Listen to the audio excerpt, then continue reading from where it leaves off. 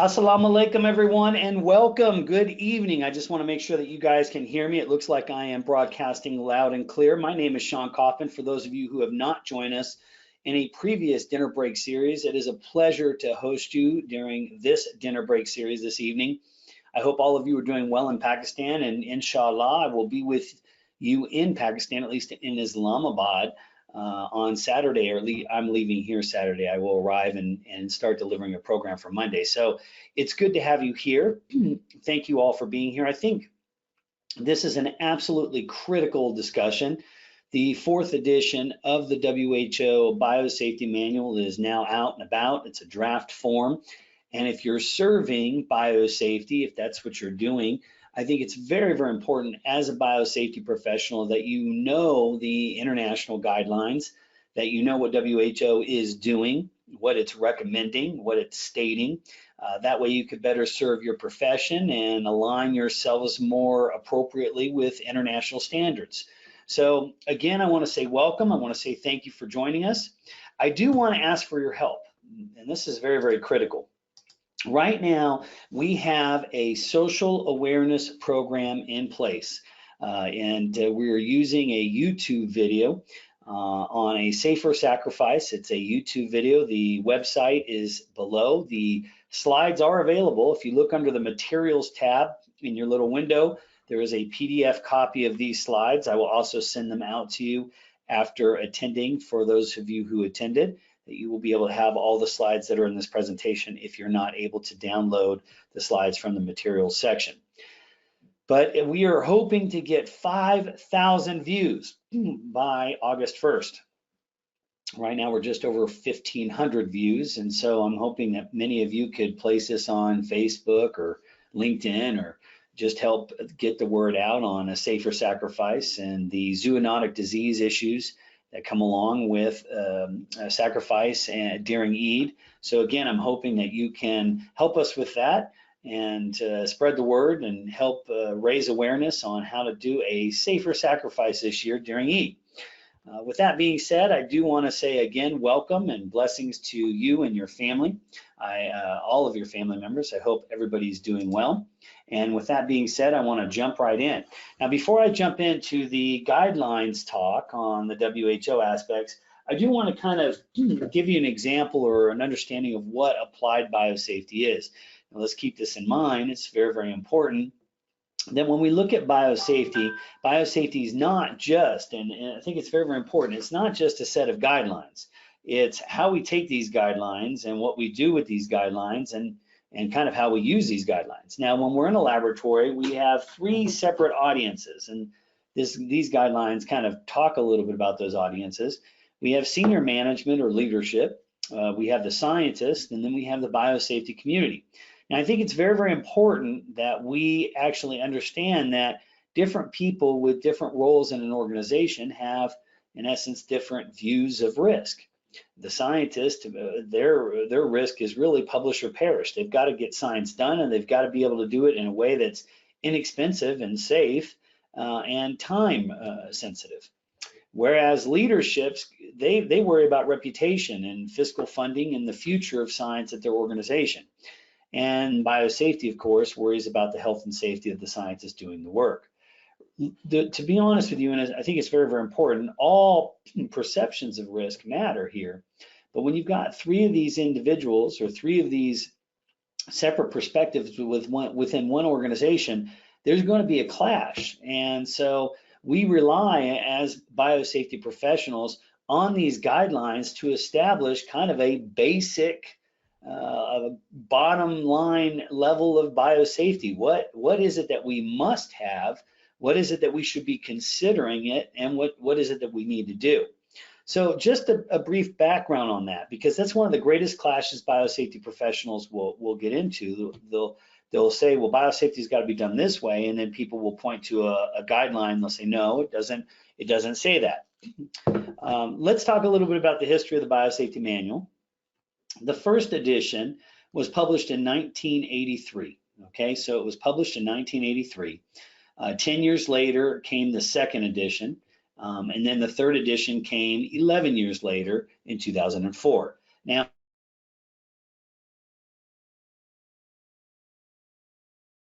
last edition was published.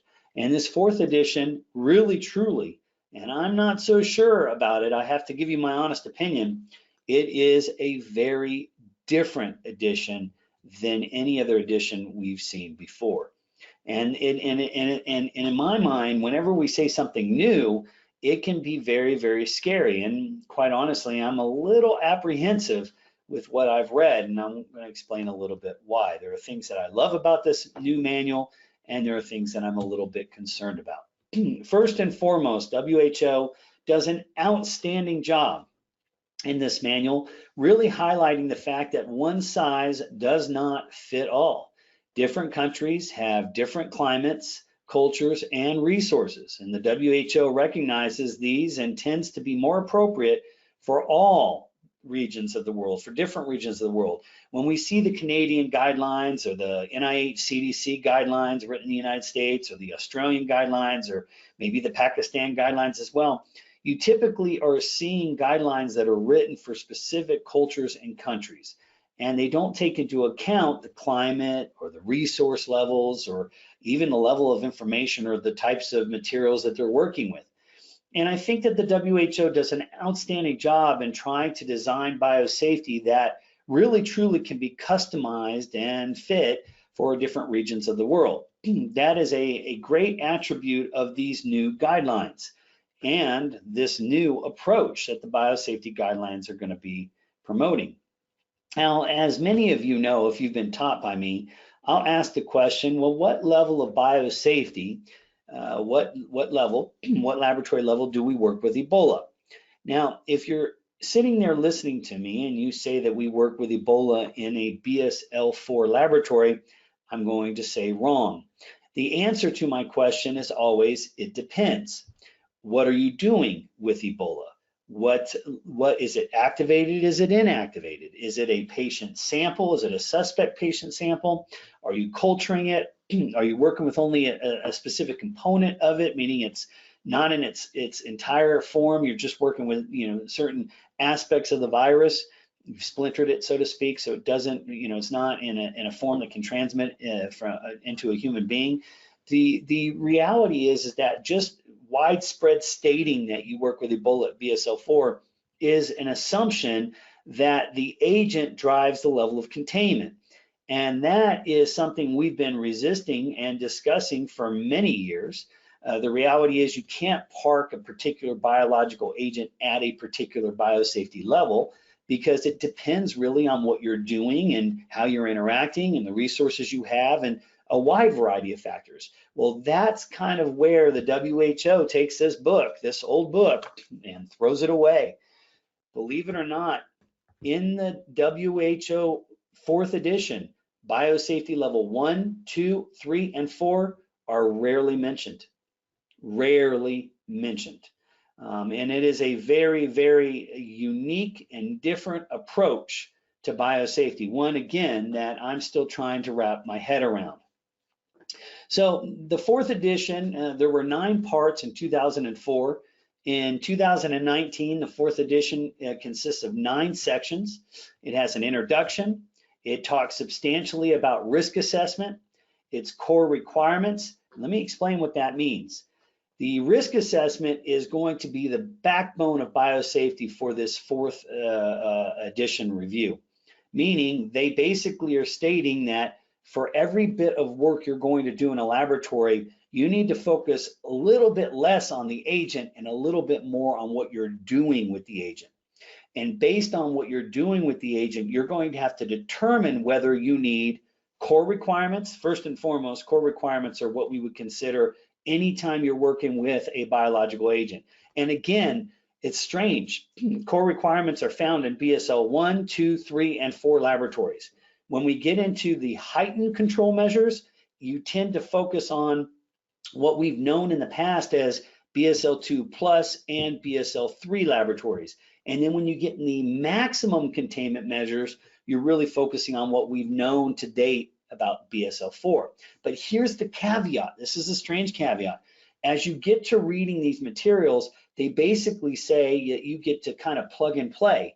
That if your risk assessment requires protection, say for example from aerosols, then you should be using the things that protect you from aerosols, but you're not necessarily required to use everything else that's in a BSL-3 laboratory.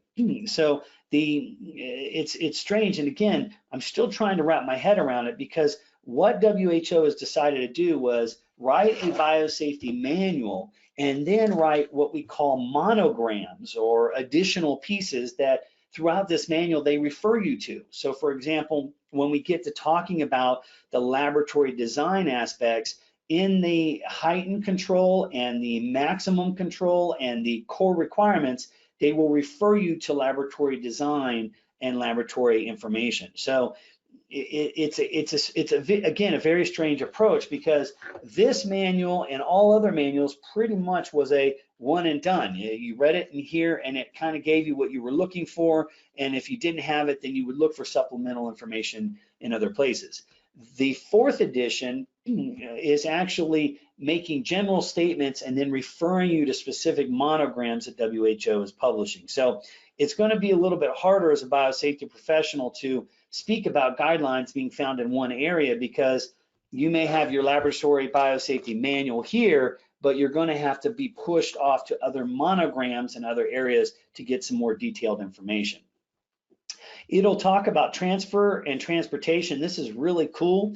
It talks about transfer and transportation, transfer in the laboratories. It talks about transfer from laboratory to laboratory. It talks about transfer from laboratory to another laboratory outside, and then it talks about what is required for transportation. It talks about biosafety program management, which I think is really cool. It kind of does a little bit like the SIN workshop agreement. Tries to talk a little bit about what a biosafety program management system looks like. It does talk about biosecurity, and then has national and international oversight. And what we're going to do is we're going to talk a little bit about each one of these in the hour. Again, I'm doing my best to try and summarize this approach for you in an hour, but I really truly want for you to get this manual. And what I should do is I should upload what I'll do is I'm going to send an email to everybody who attended. So if you're listening to this, you'll get the email. It's going to have the slides, and it's going to have the draft WHO guidelines with it as well. So I'm going to send that to you, okay?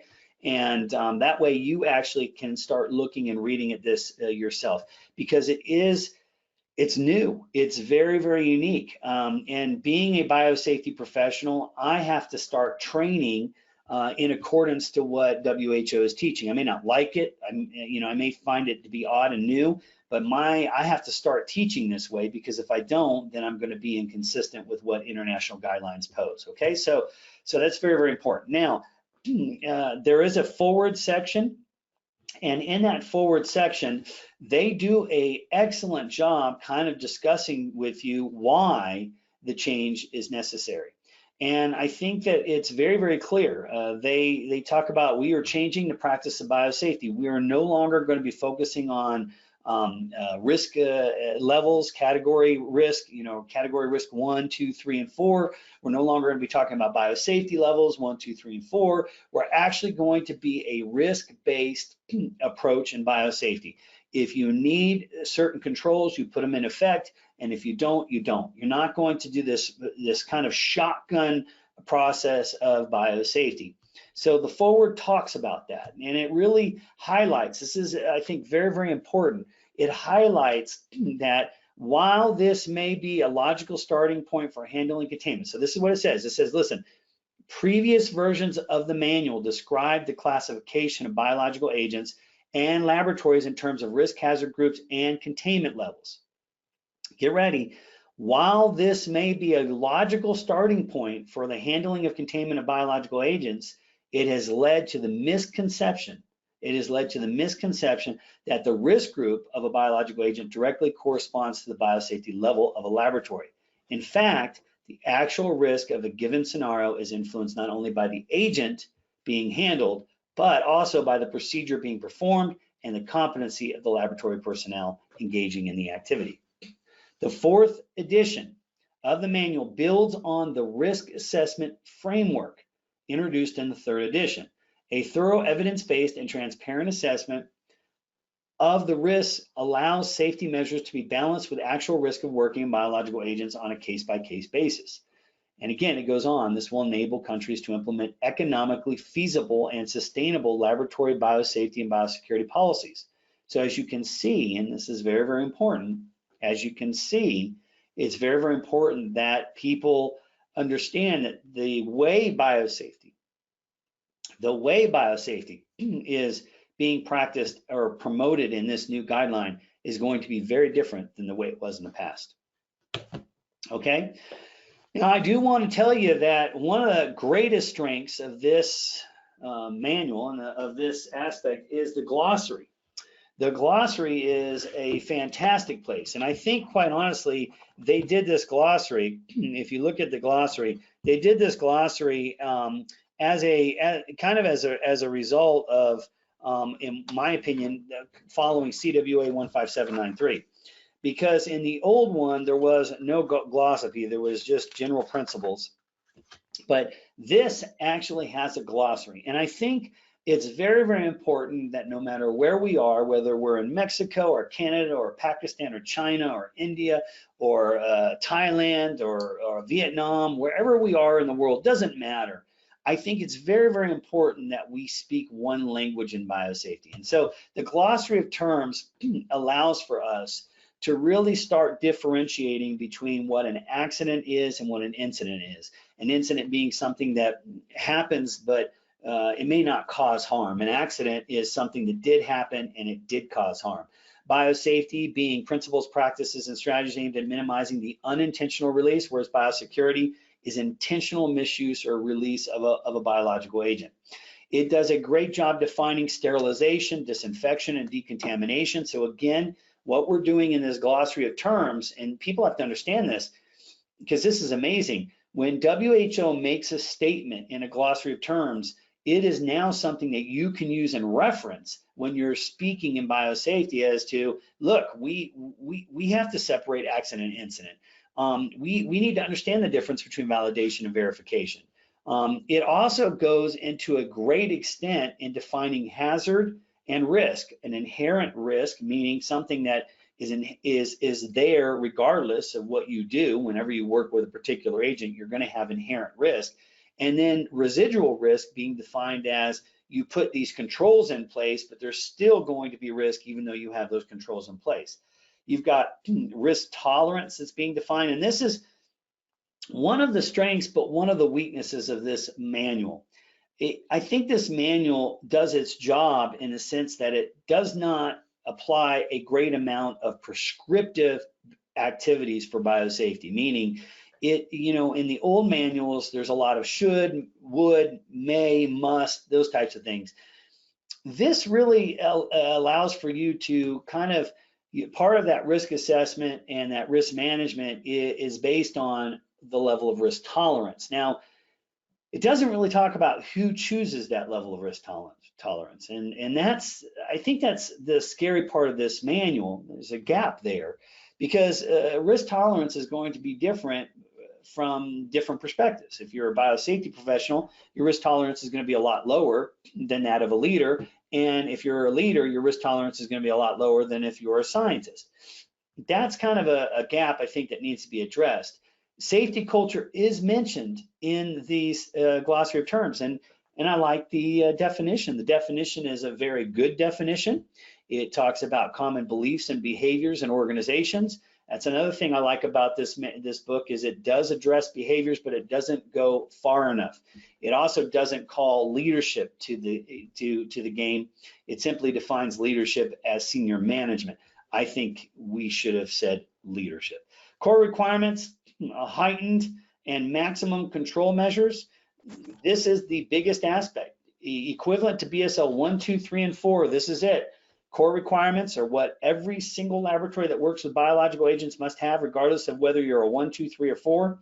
Heightened tends to be, like I said, the BSL 2 plus and BSL 3 labs, and then maximum control measures tend to apply to BSL 4 labs. But again, I may be misrepresenting this because quite honestly, that's not what they say in the book, but when I'm reading it, I'm thinking about it because I've always thought about it this way. I'm thinking about what does this mean? And so I'm trying to kind of, in essence, stop what I've thought about in the past and truly read the words as though it's the first time I'm reading them. So again, a glossary is very good. Now, section 1, one of 9 sections, pulled straight out. It can be argued, therefore, that the best designed and most well-engineered laboratory is only as good as its least competent worker. Just so you know, that is quoted from this manual. Now, I do want to let you know this is a double-edged sword. One of the things that this manual does, and I don't really care for it too much, is it does put a tremendous amount of emphasis on the competency of the worker, but it does not, and this is important, it does not highlight what is needed to remain in a competent state. Initial training is simply not the only thing a human being needs to remain competent. There are other human risk factors like boredom and fatigue and complacency and a wide other realms of human risk factors that impact or directly impact competency. So section 1, the introduction, just some brief highlights. It talks about the intended scope. It says, listen, this adapts a risk and evidence-based approach. It provides a risk-based technology, neutral and cost-effective approach to biosafety, and the manual could be used to drive safety culture and even applied outside the realm of biosafety. So again, for the first time in a biosafety document, this is the really cool part, it not only says that it's going to be a risk-based approach that is sensitive to minimal technology and a cost-effective approach to biosafety. This manual also says, look, if you're just using this in biosafety, you're not using it far enough. And that's a really neat statement for biosafety professionals. In the actual section in the introduction, it does talk about the benefits of potentially using information in this manual in clinical and hospital and healthcare and even in outbreak or environmental situations. And I think that's a great statement, a really, really good statement, and the recognition that biosafety is not just about what we do in the laboratory. In fact, if you're working with infectious diseases, whether it's in a hospital setting, whether you're an EMS or emergency responder, and you're going out in an ambulance or you're in the field, the information in this book is valuable. And I think that's a very neat and good statement specific to this manual. How to use this manual? It's very, very clear. It says the manual should complement national regulations. That's really, really neat. It's very important. WHO always wants you to take your national regulations first, and then you use the international regulations as kind of a back to. So if you don't have national regulations, then you use this manual. But if you do, use your national regulations followed by the international regulations by WHO. The manual covers several biosafety topics, but you have to remember the one thing that is very unique about this manual, and I think the reason they're doing this is my opinion, is that they probably will not be updating this manual for another 10 to 15 years. However, they can update monograms. And so in my opinion, what WHO has done is, even though the process may be a little bit more complicated, meaning as a biosafety professional, I can't just go one place. I'm going to have to go to one place plus multiple other places. What they've done, I think, is they've made their document more sustainable because they can always update the more detailed monographs, which are much shorter than a huge biosafety guideline. So what they're doing, in my opinion, is they're basically saying, I want you to refer to the specific monogram for more information.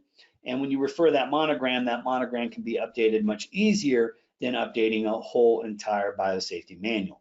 So that's just my opinion. I think there's a strength to it, but I do think that there's a weakness as well. Okay?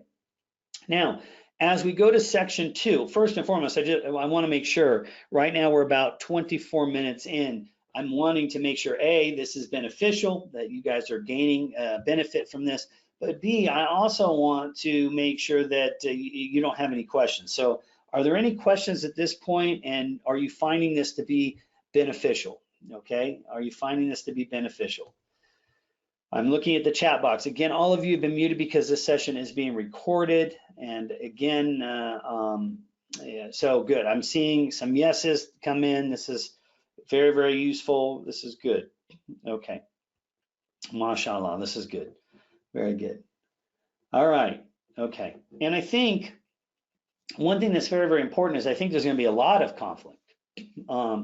I think this is going to cause a lot of conflict because there's going to be change. And again, if the scientists start learning about this aspect before the biosafety professionals do, that change is going to be very, very tough to position yourself because you're going to be using old guidelines when new guidelines from WHO are coming out. So I think that this is a very, very important topic. Okay, so let's talk about section 2, which is risk assessment. And that is one of the largest and longest sections in this this manual, this new manual. So I want to talk a little bit, pulled out of WHO. It says, therefore, the true risk associated with a biological agent cannot be determined by only identifying its pathogenic characteristics. Now, here's the catch-22 here. WHO does a great job, a really, really good job in pointing out the fact that it's not all about the pathogen.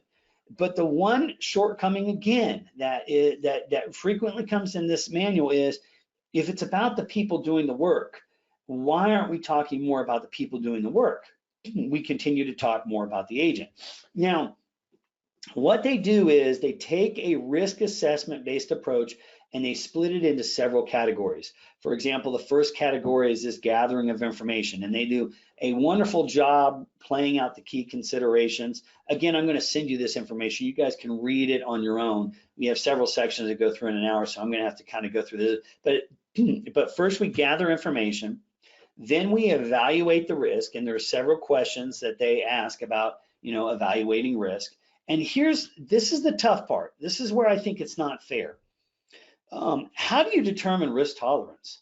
And this is something that's not fair, and it does go into this aspect in the manual. It does talk about how you determine risk tolerance, but it doesn't really assign who does it. It doesn't assign what's appropriate. Meaning, is the work more are we in a situation where we have to accept more risk because we're obligated by an outbreak in a certain area? Maybe, for example, in Pakistan, I know because I've done work, there are lots of people working with TB on open benches because they're working in clinical specimen labs where they're trying to give patients their diagnostic aspects. And when you say, well, can you wear PPE? PPE is not available. Do you have engineering? Engineering is not available. Like, who determines risk tolerance? Is it the scientist? Is it the laboratory worker? Is it the leadership? WHO stays away from that controversial fact. They don't make a statement there, and that causes concern for me because it could mean that there could be risk tolerance levels that many of us would disagree with, meaning I'm a scientist and I become a parent, now I disagree with the level of risk tolerance this organization wants to follow, okay? After evaluating the risk, they talk about developing a risk strategy, and then going from there to selecting and implementing control measures, and then last but not least goes into review risk and control measures. This is really based on the PDCA aspect, I think, from the SIN Workshop Agreement, ISO 35001.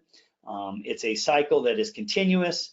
And again, one thing that I think WHO stayed away from, and I think they could have been stronger in, is what is a risk assessment? When do we do a risk assessment? And how often should we be doing a risk assessment? Again, not much said on those issues. They do talk briefly about it, but rather than seeing risk as static, I would have liked to seen a bit more about how risk is always changing.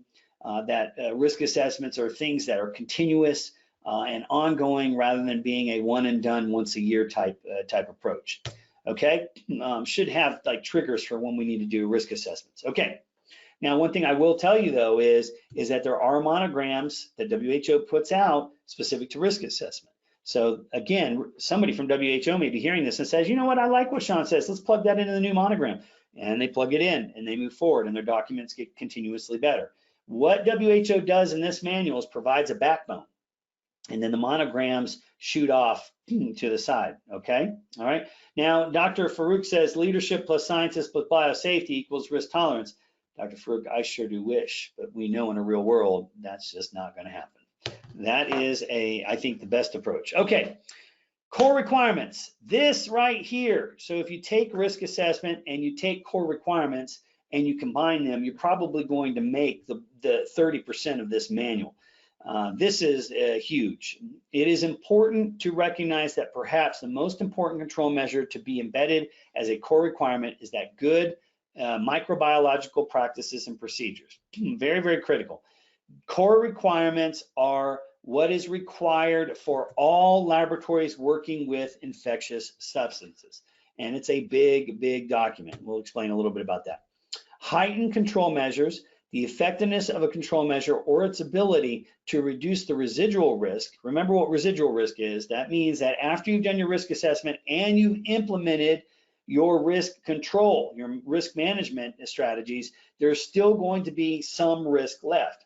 That is what is referred to as risk residual aspects, okay? Should be determined by considering the resources available, the competency of personnel, and the practicality of implementation. Now, again, this scares me a little bit. Whenever you say competency of personnel, that is one of the things that drives me nuts, because I don't want, when incidents and accidents to occur, I don't want the competency of personnel to be questioned. I think that's not appropriate. I think when we play the blame game, we solve, in essence, who is wrong rather than what is wrong. And so that really does bother me, because this document does talk a lot about trust and transparency and fostering a culture of safety, but in the same time, it's talking about competency of personnel. I think a different word should be used. I think just attention to personnel. I think maintenance of personnel. I think performance of personnel. The competency is a big issue. That is a big issue. Now, when we get to maximum control measures, laboratories using maximum containment, this was pulled straight from the manual, which may have previously been known as biosafety level 4 containment, are those that offer the highest level of protection to laboratory workers, the community, and the environment. Now, these three have multiple sections. Let me explain what that means. Within each three of these, they have the following topics. Good microbiological procedures are found in the core requirements, because remember, the core requirements are required in heightened and in maximum. So the core requirements should be in any laboratory, whether it's heightened or maximum, that works with biological agents, okay? Now, in the heightened and maximum aspects, operational working practices and procedures are the first one. So in core, it's called good microbiological procedures. In heightened and maximum, it's operational working practices and procedures, okay? The next section in each, remember, there's core, heightened, and maximum, and then all three of these have personnel competence and training. So there's personnel, it goes across, facility design, okay, it goes across. I mean, all three of these have that. So it looks something like this. When you look at this, and I know you can't see, it's very, very small, but you see on the left-hand side, you've got core requirements, heightened control measures, and maximum control measures, and then each one has its own little statement. Now, again, I think it's very, very important that you understand that each one of these sections has a monogram. What does that mean? It's an additional document that WHO has put out to provide more detailed and specific information about what they're looking for. So for example, in facility design, they have a monogram that points to how laboratories need to be designed and set up to work with specific agents. Again, pretty interesting stuff, and a unique approach that's going to help keep this biosafety manual kind of more updated as we go along. So each has personnel competence, facility design. Nothing new there. We see that, it's just new in how it's laid out. Sample receipt and storage, very important. Lots of great information on decontamination and waste management that wasn't available in previous editions. Good discussions on PPE, some of the same mistakes I think being made in the past, but it's good. They do talk about laboratory equipment, emergency and incident response plans, and of course, occupational health is a part of this manual as well, okay? So each one of these, core, heightened, and maximum, have this. And what it's laid out, you can kind of see how it's laid out. It's, instead of listing BSL 1, 2, 3, and 4, and then all the aspects, you kind of see that it's core requirements, heightened control measures, and maximum control measures, okay?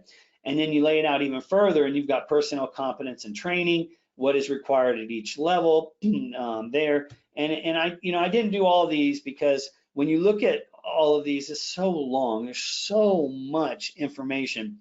The core requirements for facility design, I think it's important because it's the only level that they really kind of laid everything out. Ample space must be provided. The designated hand washing bins operated by hands-free mechanism must be provided in each laboratory room, preferably close to the next door. Listen to what this says. Designated hand washing basins operated by a hands-free mechanism must be provided in each laboratory room. Like, so WHO is really, in essence, throwing the importance of hands-free sinks, meaning they state in all laboratories you should have hands-free sinks. Now, I have to tell you that I love this recommendation. Let me tell you why I love this. For some strange reason in the past, BSL-1 and BSL-2 laboratories did not require hands-free sinks, but BSL-3 and BSL-4 did. Now, I understand BSL-4 because they work with agents that are bloodborne fecal oral routes of transmission, like Ebola or CCHF. But in BSL-3, typically you're working with aerosol agents, and these agents that are aerosolized, don't necessarily require hands-free sinks. But in BSL-1 and BSL-2, most of everything we're working with is bloodborne fecal oral routes of transmission. So why in the past we didn't require BSL-1 or 2 to have hands-free mechanisms, but we did in 3, 4? It didn't make sense. Well, WHO has corrected that with this statement and says, listen, in order for you to have your core requirement of your facility design, you're going to have a hands-free sink. Now, that doesn't mean, motion sensors. You can have long handles. You could use your elbows. You can use your feet, but you should be hands-free. The laboratory must be a restricted access area. Laboratory entrance doors should have vision panels to avoid accidents during opening. Appropriate fire ratings. Remember, look at this thing. The laboratory must be a restricted access area. That means you're going to have locks on these doors, 1 and 2. Doors must be appropriate labeled with international biohazard warning symbols. It says must. Laboratory walls and floors and furniture must be smooth. Laboratory benchtops must be impervious. This is nothing new. These are not new. Don't worry, we're going to be sending this hard copy out to you after we're done.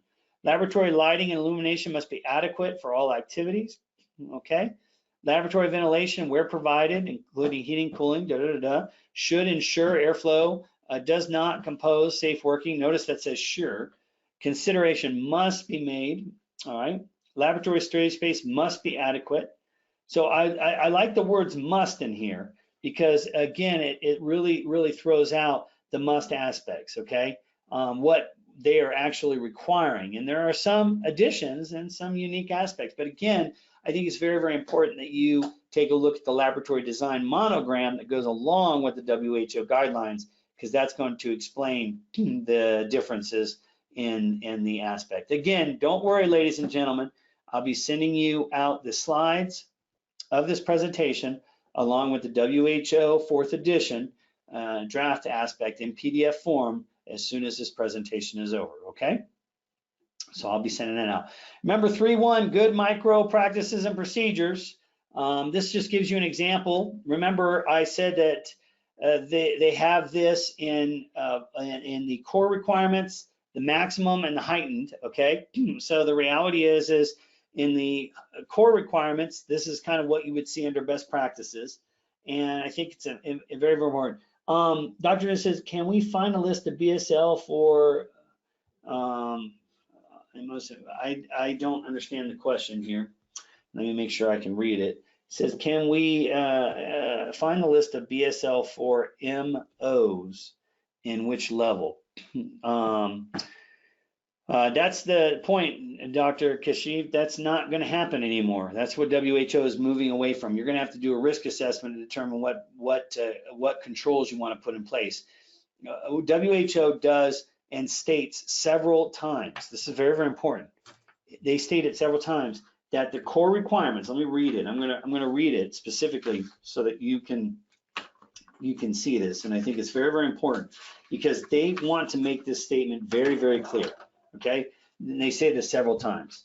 They say core requirements is the term used to describe a combination of risk control measures that are both foundation for and a part of laboratory biosafety. These measures outlined in this section reflect international standards and best practices in biosafety and act as a set of minimal requirements and considerations that are necessary to work with safety with biological agents even where associated risks are minimal. These requirements are comprehensive and detailed as fundamental to all laboratory facilities. And this, I think it's very, very important. It continues to say, for most procedures used in clinical and diagnostical laboratories, following laboratory requirements will be sufficient to work safely with biological agents. So what they're saying, they're making very, very serious. They're saying, listen, what is being required in the core requirements will take care of majority of laboratory work. If there is something that really kind of has to go above and beyond the core requirements, you have certain agents that are spread through aerosols, you have highly lethal agents, then you start looking at maximum and heightened control aspects as well, okay? And again, I'm just giving you some examples here of what these sections look like. Personnel competence and training, they highlight general familiarization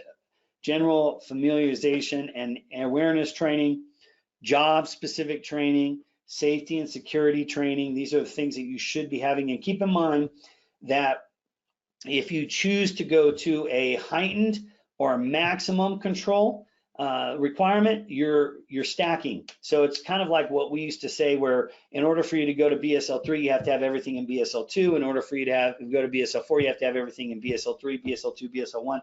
Well, they kind of say the same thing. In order for you to go to heightened controls, you must have all core requirements plus additional heightened aspects. In order for you to go to maximum, you have to have all core requirements plus the addition or the heightened, and then you have the maximum. So again, very, very important for you to realize that aspect. Bear with me here, I'm going to sneeze. Sorry about that, ladies and gentlemen. Okay, so decontamination and waste. One thing that is awesome in this one, because there's such a huge international issue with waste, is they do talk about the categories of laboratory waste: uncontaminated, contaminated sharps, contaminated for reuse, contaminated for disposal, contaminated for incineration, liquid waste and sewage systems. They do some really good work highlighting what you should be doing. They also talk about chemical disinfection, autoclaving, and again, incineration. So WHO does talk a lot about that. They go from decontamination and waste management to bear with me here,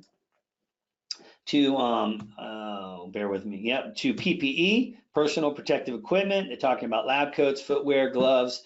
They still they don't make a recommendation on eye protection, which could have helped biosafety in my opinion.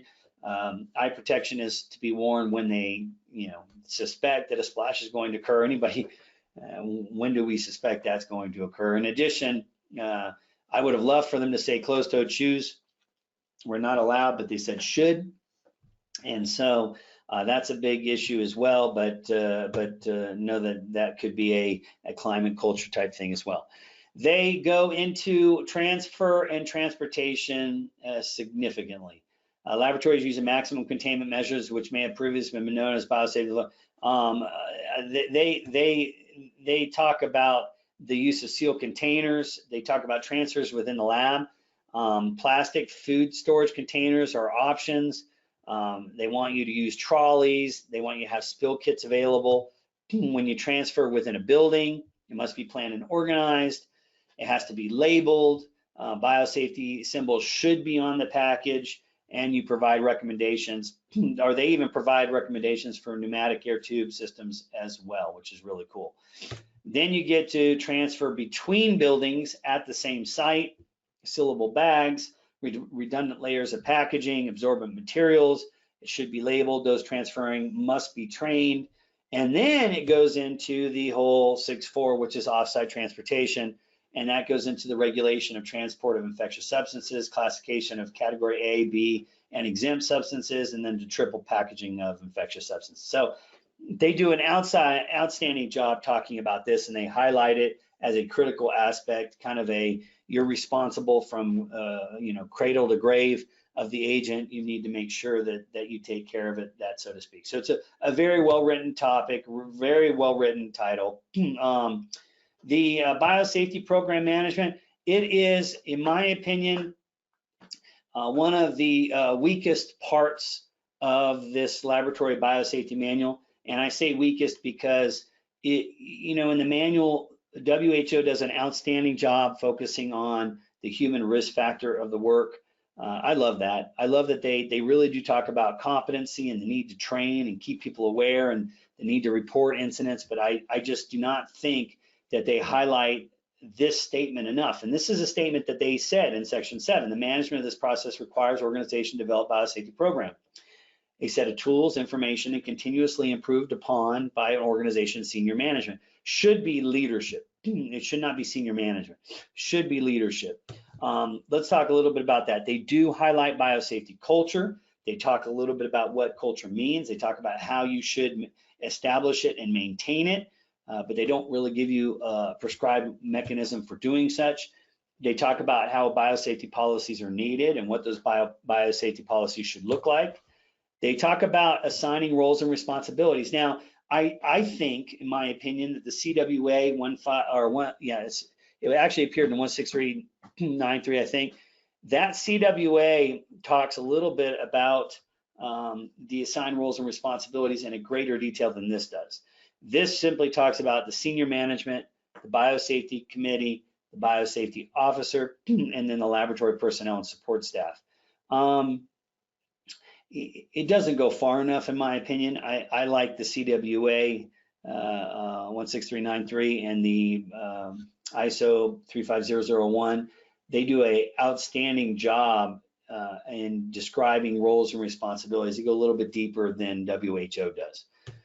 It does talk about the biosafety manual and what those things have to include, so that's a good thing. And then it goes on a little bit further and talks about biosafety and biosecurity risk assessments. This is very, very important. Notice that it's not just biosafety, it's biosecurity as well. And then it talks about supporting programs and plans. And this is kind of a neat aspect because they talk about the need for, biosecurity plan, laboratory access systems, occupational health programs, personnel management and training programs, SOP development, design plans, equipment purchase plans, decon plans, emergency incident plans, document management systems, inventory control. If you take a look at all these things, these are outstanding components of any biosafety program. So I would strongly recommend that you take a good look at these supporting programs and plans, and if you're missing something, you begin to implement it. It does also talk about the importance of reports and reviews, incident reports, audits and inspections, other reports. It really talks about the need to be dynamic, not static, always changing, regular assessment and flexible strategies to ensure sustained improvement. I think that's absolutely critical. They have a whole section, and again, I have 12 minutes left, so I'm trying to go slow, but I also want to be able to get done here for you guys. They have a whole section on laboratory biosecurity. Effective biosafety practices are the foundation of laboratory biosecurity, and biosecurity risk mitigation must be performed as an integral part of an institution's biosafety program management. So they are linking biosafety and biosecurity together, which, by the way, I think is a great idea. Your biosecurity risk assessment is gathering information. They use the same for biosafety. They use the same as biosecurity. The assessment process is one of the same. They talk about inventory control, and I think it's neat because they give you specific details as to what you need. A detailed inventory, description of the biological agent, its quantity, storage location, and use, the person responsible for documentation, internal, external transfers, and the inactivation or disposal of the materials. I think that gives you very clear guidance on what an inventory control aspect will be. And again, coming from WHO, these are great things that can be referenced. Processes and procedures on information control. This is very important with the amount of viruses and cyber attacks that we're having, and the fact that we do have sensitive information in laboratories that we have to identify, label, and protect as sensitive information, and that includes data, diagnostic results, information on animal experiments, list of key personnel, security plans, access codes, passwords, storage locations, and biological agent inventories. All of these are sensitive regardless of what level you are working at, okay? Personnel control, it does talk about this. One thing that I do love about this new document is it does talk about succession planning, that you should not be relying solely on one person to do your biosafety program or one scientist to run your scientific program, because if something happens to that individual and your organization is not prepared to continue its biosafety, biosecurity, or scientific endeavors as a result of losing that one person, then your organization is at substantial risk. And so it does talk a lot about succession planning, making sure that everybody has a backup and that you don't rely solely on one individual to get this work done. Absolutely critical on that aspect, okay? Which I love. It talks about physical security controls and not just about guards, gates, and agents, but definitely getting you ready for that. And I think, you know, Dr. Anif, I think what you said and what you summarized is perfect. I can't summarize the 4th edition of this manual in an hour. I'm just trying to get you engaged at a level where you know it's out, and then together as a team, we are going to start learning more of it. Don't worry, if you are in the ASM program, and you're meeting with the One Health program, the in-person One Health training program, we are going to spend a whole day on this document, a whole day. It's day number 2. We're going to spend a whole day on the biosafety manual, because I think, again, if you're a vet, if you're a healthcare physician, if you're a biosafety professional, we are going to read this document verbatim all the way through. So that's what we're going to do.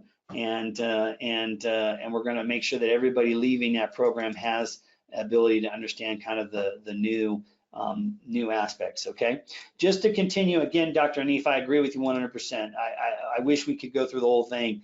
I'm trying to touch the whole thing, and we're on the 8th versus the 9th aspect, so we're coming to the end here. Transport control, it talks about security aspects for transporting aspects, and again, don't worry guys, I'm going to give you all the materials here. And then it does talk about emergency and incident response plans, which I think is very, very critical as well.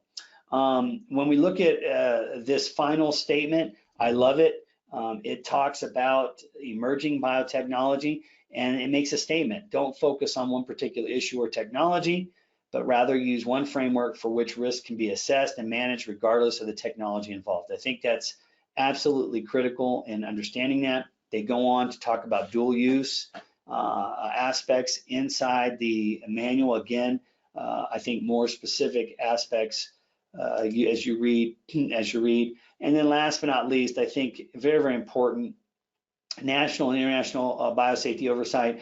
There's really not much to say on this issue other than the WHO wants you to follow your national and subscribe to the international biosafety oversight aspects. They think it's very, very important because your country knows it's the endemic aspects. They have the resources. So always fall to your national biosafety oversight aspects and then your international. And you should develop organizations that do provide oversight in biosafety and biosecurity within your specific countries. Okay. So ladies and gentlemen, with that being said, I will now take questions. And if you are listening to the recorded session, I will say farewell to you and thank you very much as always for attending this session. You can email me directly if you do have any questions. Other than that, I look forward to serving you an additional dinner break series, and I hope to see you next month, inshallah.